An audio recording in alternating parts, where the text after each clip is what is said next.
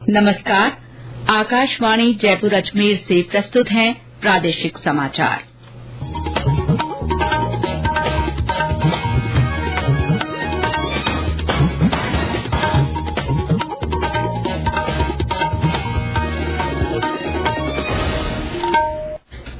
मुख्य समाचार। प्रधानमंत्री नरेंद्र मोदी कल विकसित भारत विकसित राजस्थान कार्यक्रम को संबोधित करेंगे। वे 17,000 करोड़ रुपए से अधिक की विकास परियोजनाओं का लोकार्पण और शिलान्यास भी करेंगे। प्रदेश में आज सरकारी और गैर सरकारी स्कूलों में एक साथ करीब 1.25 करोड़ विद्यार्थियों ने सूर्य नमस्कार का अभ्यास किया। राज्यसभा चुनाव के लिए नामांकन के अंतिम दिन आज भाजपा के मदन राठौड़ और चुन्नीलाल गरासिया ने नामांकन पत्र भरे और मुख्यमंत्री भजनलाल शर्मा ने जयपुर सहित 7 संभागों से अयोध्या के लिए रोडवेज बस सेवा को हरी झंडी दिखाकर रवाना किया।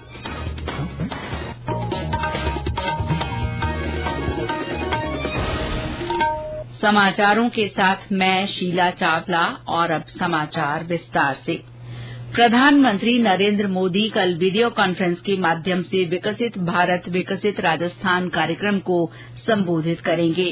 कार्यक्रम के दौरान प्रधानमंत्री 17,000 करोड़ रुपए से अधिक की विकास परियोजनाओं का लोकार्पण और शिलान्यास करेंगे। प्रधानमंत्री राजस्थान में 5,000 करोड़ रुपए से अधिक की विभिन्न राष्ट्रीय राजमार्ग परियोजनाओं का उद्घाटन करेंगे।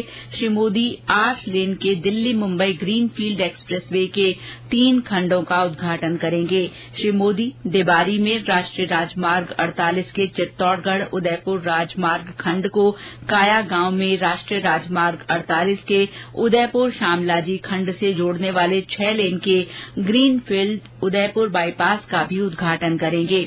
प्रधानमंत्री झुंझुनू, आबू रोड और टोंक जिले में सड़क बुनियादी ढांचे में सुधार की कई अन्य परियोजनाओं का उद्घाटन भी करेंगे। श्री मोदी इस दौरान 2300 करोड़ रुपए की 8 महत्वपूर्ण रेल परियोजनाओं का लोकार्पण और शिलान्यास भी करेंगे। इनमें Jodhpur Merta road Bikaner section, Jodhpur Phalodi section, Bikaner Ratangarh Sadulpur Rewari section का विद्युतीकरण शामिल है।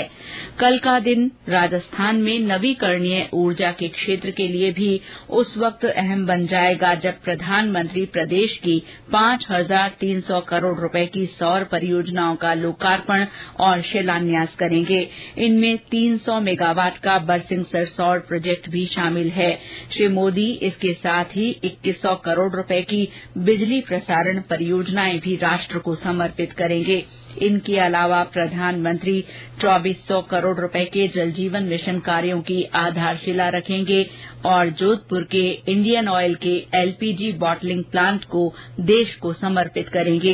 ये कार्यक्रम प्रदेश के 200 स्थानों पर आयोजित होंगे। मुख्य कार्यक्रम जयपुर में होगा। मुख्यमंत्री भजनलाल शर्मा, कई मंत्रीगण और विधायक इन कार्यक्रमों में शिरकत करेंगे। प्रदेश के लाखों लाभार्थी भी इस दौरान कार्यक्रम से जुड़ेंगे। प्रदेश में आज सरकारी और गैर सरकारी स्कूलों में सुबह एक साथ लाखों विद्यार्थियों ने सूर्य नमस्कार का अभ्यास किया। सूर्य सप्तमी के अवसर पर यह कार्यक्रम शिक्षा विभाग की ओर से आज सुबह 10:30 बजे से 11 बजे के बीच एक ही समय अवधि में आयोजित किया गया। विद्यार्थियों के अलावा शिक्षकों, कार्मिकों, अभिभावकों और आम नागरिकों ने भी सूर्य नमस्कार का अभ्यास किया। शिक्षा मंत्री मदन दिलावर ने जयपुर के चौगान स्टेडियम में कार्यक्रम में भाग लेकर सूर्य नमस्कार किया। इस मौके पर श्री दिलावर ने कहा कि सूर्य नमस्कार के अभ्यास से शरीर और मन स्वस्थ रहता है और विकार दूर होते हैं। संयुक्त राष्ट्र संघ ने भी योग व्यायाम को, सूर्य नमस्कार को मान्यता दी है। नहीं तो कल वो विरोध करने वाले भी हम सब लोगों के उत्तम स्वास्थ्य को देखते हुए हमारा अनुसरण करेंगे। मुझे ऐसे लगता है क्योंकि ये सूर्य नमस्कार सारे योगों का सार है। जिसको हम सर्वांग योग कर सकते हैं वह है। योग के ज्ञाताओं ने कहा है कि पर्याप्त सूर्य नमस्कार करने के बाद किसी योग की जरूरत नहीं होती है। सारे योग इसमें समाहित हैं। शिक्षा विभाग के आंकड़ों के अनुसार 1 करोड़ 25 लाख से अधिक छात्र छात्राओं ने इस कार्यक्रम में भाग लिया। कार्यक्रम के बाद वर्ल्ड बुक ऑफ रिकॉर्ड्स के वाइस प्रेसिडेंट प्रथम भल्ला ने शिक्षा मंत्री को वर्ल्ड रिकॉर्ड का प्रोविजनल प्रमाण पत्र सौंपा। इस मौके पर प्रमुख शासन सचिव नवीन जैन सहित अन्य अधिकारी भी मौजूद थे। केंद्रीय कृषि मंत्री अर्जुन मुंडा ने दोहराया है कि सरकार प्रदर्शनकारी किसानों के साथ बातचीत के लिए तैयार है। नई दिल्ली में श्री मुंडा ने किसान संघों से चर्चा का माहौल बनाए रखने और सहयोग करने को कहा है, जिससे आम लोगों को परेशानी न हो। उन्होंने कहा कि नए कानून बनाने के लिए कई बातों पर विचार करना होगा। श्री मुंडा ने कहा कि सरकार किसान संघों से बातचीत कर उनकी मांगों का समाधान निकालना चाहती है।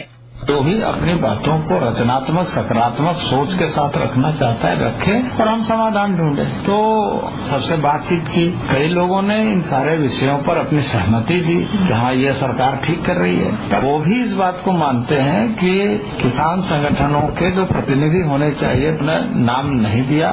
मैं निवेदन करूंगा सारे किसान संगठनों से बातचीत के माध्यम से समाधान ढूंढे और उसमें सरकार पूरी तरीके से तत्पर है, प्रतिबद्ध है और इस बात का ध्यान रखे कि आम आदमी को कठिनाई न हो।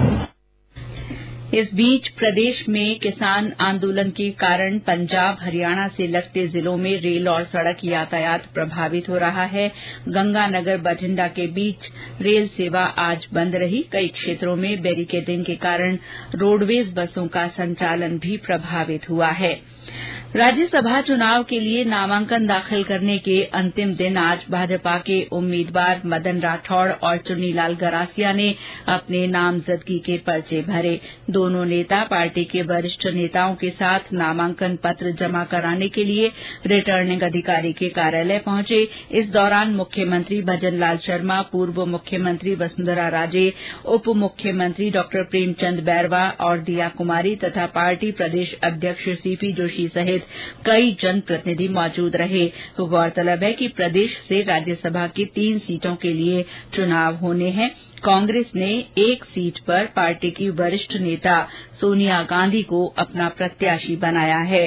नामांकन पत्रों की कल जांच की जाएगी। 20 तारीख तक नाम वापस लिए जा सकते हैं।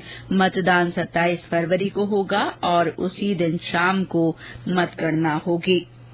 सर्वोच्च न्यायालय ने राजनीतिक चंदे के लिए शुरू की गई चुनावी बॉन्ड योजना को निरस्त कर दिया है। 5 न्यायाधीशों की पीठ ने कहा है कि ये योजना नागरिकों के सूचना के अधिकार का उल्लंघन करती है। अदालत ने भारतीय स्टेट बैंक को चुनावी बॉन्ड जारी करना तत्काल रूप से बंद करने के निर्देश दिए हैं। इसके साथ ही सुप्रीम कोर्ट ने बैंक से राजनीतिक दलों को अब तक मिले चंदे की जानकारी निर्वाचन आयोग को मुहैया कराने को कहा है। ये समाचार आकाशवाणी जयपुर अजमेर से प्रसारित किए जा रहे हैं। राजस्थान रोडवेज ने प्रदेश के सभी संभाग मुख्यालयों से अयोध्या के लिए बस सेवा शुरू की है। मुख्यमंत्री भजनलाल शर्मा ने आज अपने निवास से जयपुर सहित 7 संभागों से अयोध्या जाने वाली रोडवेज बसों को हरी झंडी दिखाकर रवाना किया। इस मौके पर श्री शर्मा ने कहा कि भगवान राम करोड़ों भारतीयों की आस्था के केंद्र हैं। आज अयोध्या दुनिया का सबसे बड़ा सांस्कृतिक केंद्र बन चुकी है। उन्होंने अधिकारियों को निर्देश दिए कि प्रदेश से अयोध्या धाम जाने वाले सभी यात्रियों का पंजीकरण किया जाए और यात्रियों के लिए सभी माकूल व्यवस्थाएं सुनिश्चित की जाएं। इससे पहले श्री शर्मा ने अयोध्या धाम जाने वाली बसों की पूजा अर्चना की और यात्रियों को धार्मिक तथा खाद्य सामग्री के किट वितरित किए। केंद्रीय कृषि और किसान कल्याण राज्य मंत्री कैलाश चौधरी आज बाड़मेर जिले के दौरे पर रहे। इस दौरान उन्होंने विभिन्न स्कूलों में आयोजित वार्षिकोत्सवों में शामिल होकर विद्यार्थियों से संवाद किया। श्री चौधरी ने राजकीय उच्च माध्यमिक विद्यालय काश्मीर में नवनिर्मित भवन का लोकार्पण भी किया। केंद्रीय संस्कृति और संसदीय कार्य मंत्री अर्जुन राम मेघवाल और प्रदेश के गृह राज्य मंत्री जवाहर सिंह बेढ़म ने आज भीलवाड़ा जिले के आसींद में भगवान देवनारायण की जन्मस्थली पहुंचकर मंदिर में दर्शन किए। उन्होंने इस दौरान केंद्र सरकार की प्रसाद योजना के तहत करोड़ों रुपए के विकास कार्यों का भूमि पूजन भी किया। गौरतलब है कि भगवान देवनारायण का कल जन्मोत्सव मनाया जाएगा। जयपुर में आज चिकित्सा और स्वास्थ्य विभाग की ओर से राज्य स्तरीय अंगदान और अंग प्रत्यारोपण आमुखी कार्यशाला आयोजित की गई। कार्यशाला में national organ and tissue transplant organisation NOTTO के निदेशक डॉ अनिल कुमार ने कहा कि देश में अंगदान का प्रतिशत बढ़ रहा है, लेकिन अभी भी भ्रांतियों के कारण मौत के बाद अंगदान करने वालों की संख्या बेहद कम है। उन्होंने कहा कि एक व्यक्ति के अंगदान से 8 से 9 लोगों को जीवन दान मिलता है। इस मौके पर स्वास्थ्य विभाग की अतिरिक्त मुख्य सचिव शुभ्रा सिंह ने कहा कि लोगों की अंगदान के प्रति जागरूकता समय की जरूरत है। उन्होंने कहा कि अंगदान करने में राजस्थान को अव्वल बनाने के लिए रोड मैप तैयार किया जाएगा। और अब मौसम। प्रदेश में अधिकतर स्थानों पर तापमान में बढ़ोतरी से सर्दी से काफी राहत मिली है। ज्यादातर जिलों में न्यूनतम तापमान 11 से 15 डिग्री सेल्सियस के बीच पहुंच गया है। वहीं शेखावाटी क्षेत्र में अभी भी न्यूनतम तापमान 4.5 डिग्री के आसपास बना हुआ है। इसके साथ ही उत्तरी हिस्सों और करौली, बारां, पाली, सिरोही में न्यूनतम तापमान 7 से 8 डिग्री के बीच दर्ज हुआ है। मौसम विभाग ने राज्य में आगामी 3-4 दिन मौसम शुष्क रहने की संभावना जताई है। विभाग ने कहा है कि एक नए पश्चिमी विक्षोभ के सक्रिय होने की भी संभावना है, जिसके असर से 18 फरवरी को जोधपुर और बीकानेर संभाग में कहीं कहीं हल्की बारिश की संभावना है। बांसवाड़ा का प्रसिद्ध माही उत्सव आज से शुरू हुआ। 3 दिन का महोत्सव शोभा यात्रा के साथ शुरू हुआ। संभागीय आयुक्त डॉ नीरज के पवन ने हरी झंडी दिखाकर शोभा यात्रा को रवाना किया। हमारे संवाददाता ने बताया कि महोत्सव के दौरान रंगारंग कार्यक्रम, नौकायन, दीपदान, पैराग्लाइडिंग, हॉट एयर बैलून की सैर और विभिन्न प्रतियोगिताएं आयोजित की जाएंगी। और अंत में मुख्य समाचार एक बार फिर। प्रधानमंत्री नरेंद्र मोदी कल विकसित भारत विकसित राजस्थान कार्यक्रम को संबोधित करेंगे। वे 17,000 करोड़ रुपए से अधिक की विकास परियोजनाओं का लोकार्पण और शिलान्यास भी करेंगे। प्रदेश में आज सरकारी और गैर सरकारी स्कूलों में एक साथ करीब 1.25 करोड़ विद्यार्थियों ने सूर्य नमस्कार का अभ्यास किया। राज्यसभा चुनाव के लिए नामांकन के अंतिम दिन आज भाजपा के मदन राठौड़ और चुन्नीलाल गरासिया ने नामजदगी के पर्चे भरे। और मुख्यमंत्री भजनलाल शर्मा ने जयपुर सहित 7 संभागों से अयोध्या के लिए रोडवेज बस सेवा को हरी झंडी दिखाकर रवाना किया। इसके साथ ही प्रादेशिक समाचार बुलेटिन समाप्त हुआ। नमस्कार।